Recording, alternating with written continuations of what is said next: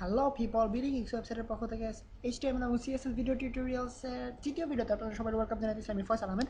So last video tutorial আমরা দেখেছিলাম কীভাবে জাস্ট ট্যাগ সম্পর্কে আমরা কিছু আইডিয়া নিয়েছিলাম এবং ট্যাগসগুলো আসলে কীভাবে কাজ করে এবং ট্যাগসের ইউজটা আসলে কী সে সম্পর্কে কিছু আলোচনা হয়েছিল। বাট বেসিক্যালি তেমন কিছু শেখা হয়নি, জাস্ট কীভাবে একটা ওয়েবসাইটের টাইটেল দিতে হয় সেটা শিখেছিলাম। এবং আজকে থেকে আমরা শুরু করবো বেসিক্যালি কীভাবে ওয়েবসাইট ডেভেলপ করতে হয় এবং ওয়েবসাইটের কন্টেন্ট সম্পর্কে আমরা ধারণা নেওয়া শুরু করবো।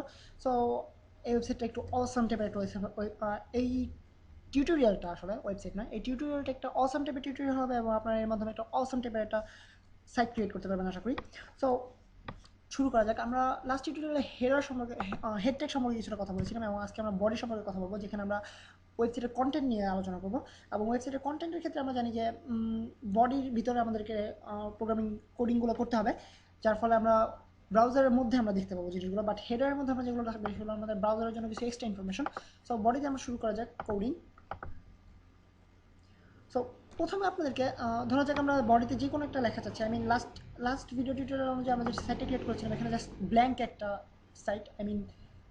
আমরা যদি কিছু গাধা ভিউয়ার চাই সেক্ষেত্রে আমাদেরকে আই মিন গাধা ভিউয়ারও শুধুমাত্র ব্ল্যাঙ্ক একটা ওয়েবসাইটে ভিজিট করবে না। সো আমাদেরকে চেষ্টা করতে হবে যেন এটা একটা কুল হয় এবং একটা অলসাম টাইপের একটা ওয়েবসাইট হয়। সো সেই জন্য আমরা প্রথমে আমরা বেসিক থেকে শুরু করবো, একেবারে বেসিক থেকে। প্রথমেই আপনাদেরকে কীভাবে গেম বানাতে হয় ওয়েবসাইটে, অথবা কীভাবে আমরা ধরা যাক আমরা ভিডিও কীভাবে তৈরি করবো ওয়েবসাইটে, অথবা আমরা এনিথিং ইমেজ কীভাবে অ্যাড করবো, এইসব হেভি জিনিসগুলো শেখানোর আগে আপনাদেরকে অবশ্যই বেসিকগুলো জানতে হবে। সো প্রথম থেকে শুরু করা যায় কীভাবে আমরা টেক্সট অ্যাড করবো কোনো একটা ওয়েবসাইটের পেজে। সো প্রথমে আমাদেরকে যেটা করতে হবে সেটা হচ্ছে জাস্ট আমরা না লিখবো আমরা যেটা লিখতে চাই। ধরা যাক আরে মাম্মা, এটা তো দেখি ওয়েবসাইট হয়ে গেল। তিনটে এক্সক্লেমেশন মার্ক, অর্থাৎ আমরা খুবই এক্সাইটেড হয়ে গেছি। আরে মাম্মা, এটাতে দেখি ওয়েবসাইট হয়ে গেল। সো আমরা সেভ করে দেখি। প্রথমে আপনারা বিভিন্নভাবে সেভ করতে পারেন, ফাইলসে গিয়ে সেভ দিতে পারেন, অথবা আমি যেটা করি বেসিক্যালি সেটা হচ্ছে CTRL+S প্রেস করি, শর্টকাট। সো সেভ করার পরে আমরা পেজটাকে লোড করে দেখি, রিলোড করে দেখি। আপনারা দেখতে পাচ্ছেন সুন্দর মতো স্ক্রিনটা লেখা চলে আসছে। আরে মাম্মা, এটা তো দেখি ওয়েবসাইট হয়ে গেল। আমরা খুবই এক্সাইটেড, ওয়েবসাইট হয়ে গেছে। সো নেক্সট আমরা দেখবো কীভাবে আমরা এই লেখাটা একেবারে প্লেন একটা টেক্সট। সো আমরা নিশ্চয়ই ওয়েবসাইটে প্লেন টেক্সটের মাধ্যমে ওয়েবসাইট বানাবো। আমরা চেষ্টা করবো ওয়েবসাইটটা যেন কুল হয় দেখতে এবং ভিউয়ারের যেন অ্যাট্রাকশন ধরে রাখতে পারে। তো আমরা জানি যে আমরা নিশ্চয়ই সবাই নিউজ পেপারের সাথে পরিচিত। যারা অনলাইন থেকে একটু দূরে থাকতে পছন্দ করেন তারা নিউজ পেপারের সাথে অনেকখানি পরিচিত। বাট আমরা যারা অনলাইনে থেকে সবসময় তাদের জন্য হচ্ছে অনলাইন নিউজ পেপার। সো তবুও তাদের জন্য বলতেছি যে সবাই নিশ্চয়ই খেয়াল করেছেন যে নিউজ পেপারের হেডিংগুলো খুবই দৃষ্টি আকর্ষক হয়, অর্থাৎ যেন নিউজে কী থাকলো না থাকলো সেটা অ্যাট্রাক্ট করার জন্য আমরা জাস্ট হেডিং দিয়ে আমরা ভিউয়ারকে অ্যাট্রাক্ট করার চেষ্টা করি। সো আমরা ওয়েবসাইটের ক্ষেত্রে আমরা চেষ্টা করবো হেডিংগুলো যেন আমাদের স্পেশাল হয়। এখন আমরা দেখবো কীভাবে হেডিং ক্রিয়েট করা হয়। হেডার হেডিং একজন একটা বলে থাকে। আমি আসলে সত্যি কথা বলতে আমি নিজেও জানি এটাকে কী বলা হয়। হেডার আর হেডিং দুটার একটা বলা হয়। বাট হেডার এবং হেডিং থেকে হেড জিনিসটা আলাদা, এটা আপনাদেরকে অবশ্যই মনে রাখতে হবে। হেডার বলতে হেডকে বোঝানো না, হেড হচ্ছে একটা just HTML tag. But heading এবং হেডার হচ্ছে যেটাই বলতে পছন্দ করেন। আমি ঠিক শিওর না, বাট আপনারা দেখে নেবেন। সো হেডিং হচ্ছে বেসিক্যালি নিউজ পেপারের ক্ষেত্রে আমরা দেখবো যে নিউজের উপর একটা বড় অক্ষরে লেখা থাকে। সো সেটা হচ্ছে বেসিক্যালি হেডিং। আপনাদেরকে কেন যে এক্সপ্লেন করতেছি বুঝতেছি না, হেডিং কি আপনারা সবাই ভালো মতো জানেন। যাই হোক, সো আমাদেরকে কীভাবে হেডিং ক্রিয়েট করা হয়।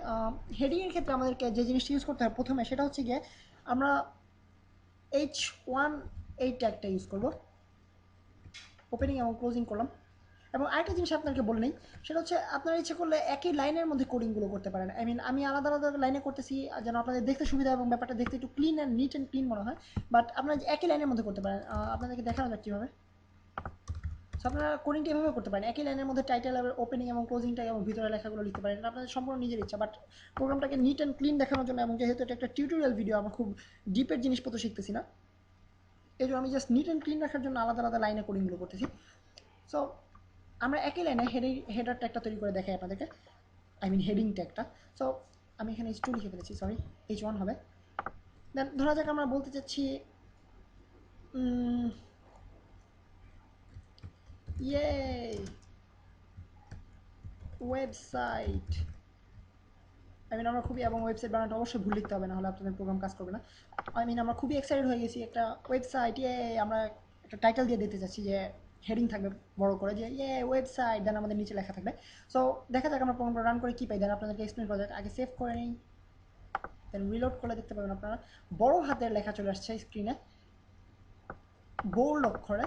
আই মিন এটাকে বলা হয় বোল্ড অক্ষর, আপনারা যারা জানতেন না তাদের জন্য বলতেছি, এটাকে বলা হয় বোল্ড, আই মিন মোটা অক্ষরে লেখা। সো বোল্ড অক্ষরে আমরা দেখতে পাচ্ছি ওয়েবসাইট, দেন আমরা নিচে লেখা দেখতেছি যেটা নর্মাল লেখা, নর্মাল টেক্সট। তো চার মাম্মা এটা তো দেখি ওয়েবসাইট হয়ে গেল। সো বেসিক্যালি এটা হচ্ছে হেডিং, অর্থাৎ আমাদের ওয়েবসাইটের হেডিং হচ্ছে কি আমরা H1 ট্যাগের মধ্যে তৈরি করবো। এছাড়া আপনারা বিভিন্ন ট্যাগ তৈরি করতে পারেন। এটা হচ্ছে 6 পর্যন্ত, H1, H2, H3, H4 and H6। So এইগুলো আসলে ডিটারমিন করে আপনার সাইজটা কী হবে, লেখার সাইজ কী হবে এবং ফন্টের সাইজ কী হবে, এটা ডিটারমিন করার জন্য আমরা H1 H2 ইউজ করি, ডিফারেন্সিয়েট করি। সো আপনারা এসে ভাবতেছেন যে H1 মানে হচ্ছে সবচেয়ে ছোটোটা, যেহেতু 1 ছোট, এবং H2 হলে আরও বড় লেখা দেখাবে, H3 হলে আরও বড় লেখা দেখাবে, বাট আসলে তা না। আসলে ব্যাপারটা হচ্ছে H1 হচ্ছে সবচেয়ে বড় ফন্ট, এবং H2 হচ্ছে তার চাইতে ছোট, এবং H3 হচ্ছে তার চাইতে ছোট। সো আপনাদেরকে দেখানো যাক আসলে কত ছোট হয়। H2, ইয়ে, সেকেন্ড হেডিং। সো আমরা যেহেতু আরেকটা হেডিং তৈরি করতে পারছি, সো সেই জন্য আমরা আনন্দ প্রকাশ করতে পারি। Second heading, second heading. So এখানে অবশ্যই ক্লোজিং ট্যাগটা দিতে ভুলবেন না। দেন সেভ করে, সরি আমি কেটে দিয়েছি। হ্যাঁ, সো সেভ করে রিলোড করার পর আপনারা দেখতে পাচ্ছেন আরেকটা নিচে ছোট্ট, একটু ছোটো হাতের, বাট এটা নর্মাল টেক্সটের চাইতে বড়, বাট এটার চাইতে ছোটো হাতের একটা তৈরি হয়েছে। এটা হচ্ছে সেকেন্ড হেডিং। দেন আমরা H2 এর মাধ্যমে পেলাম এটা। দেন আমরা যদি আরেকবার H3 ইউজ করি, আপনারা দেখতে পাবেন যে আরও ছোটো হচ্ছে লেখা। থার্ড হেডিং, যেহেতু এটা একটু ছোটো ছোটো লেখা, সো আমাদের এক্সাইটমেন্ট একটু কম থাকবে। থার্ড হেডিং, আই মিন কোনো ব্যাপার না, এটা হতেই পারে। দেন আমরা সেভ করে পেজটা লোড করে দেখি। তারপর দেখতে পাচ্ছেন একটু ছোটো হাতে লেখা চলে আসছে, বাট বোল্ড অক্ষরে এবং নর্মাল টেক্সটের চেয়ে একটু বড়। এটা হচ্ছে আমাদের H3। এভাবে আপনারা চেক করে দেখতে পারেন H6 পর্যন্ত আসলে কী ঘটে। সো বেসিক্যালি 6টা ধরনের হেডিং দেওয়া যায়। এটা হচ্ছে H1, H2, H3 এবং H4 এবং H5 এবং H6। সো আই মিন আমরা পরবর্তী টিউটোরিয়ালগুলোতে শিখবো কীভাবে আরও কুল করা যায়, ওয়েবসাইটকে আরও সুন্দর করা যায় দেখতে এবং আরও অ্যাট্রাকটিভ করা যায়। বাট বেসিক থেকে শুরু করতে গেলে আমাদেরকে টেক্সট সম্পর্কে আলোচনা করতে হবে। তাই আজকে টিউটোরিয়ালটা আশা করি আপনাদের কাছে খুব একটা বোরিং লাগেনি, বাট আপনারা যেহেতু শিখতে পারতেছেন যে কীভাবে, আই মিন বেসিকগুলো থেকে যেহেতু শুরু করতে পারতেছেন, আশা করি আপনাদের পরবর্তী জিনিসগুলো শিখতে আরও সুবিধা হবে এবং পরবর্তী জিনিসগুলো আপনারা আরও সহজে কাজে লাগতে পারবেন। সো নেক্সট টিউটোরিয়ালগুলোতে আপনাদের সাথে দেখা হবে। আমি সাইন অফ করতেছি, ফয়সাল আহমেদ।